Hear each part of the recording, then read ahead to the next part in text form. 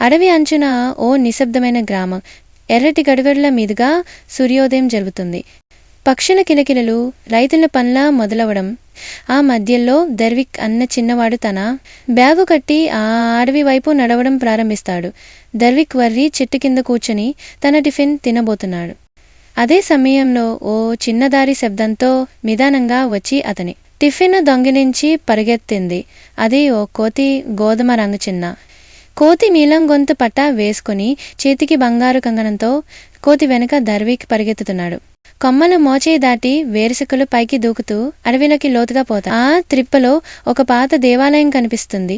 పచ్చికతో ముసిరిపోయినది. కొమ్మలు దాని గోడల మీదుగా వేలాడుతున్నాయి.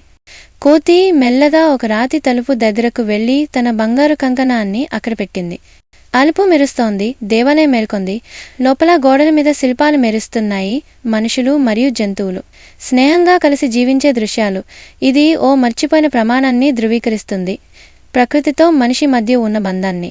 ఆ రోజు నుండి దర్విక్ మరియు కోతి కేవలం స్నేహితులు కాదు, వారు అడవికి సంరక్షకులయ్యారు. ఒక చిన్న బంధం, కానీ గొప్ప బాధ్యతతో కూడినదిగా మారింది.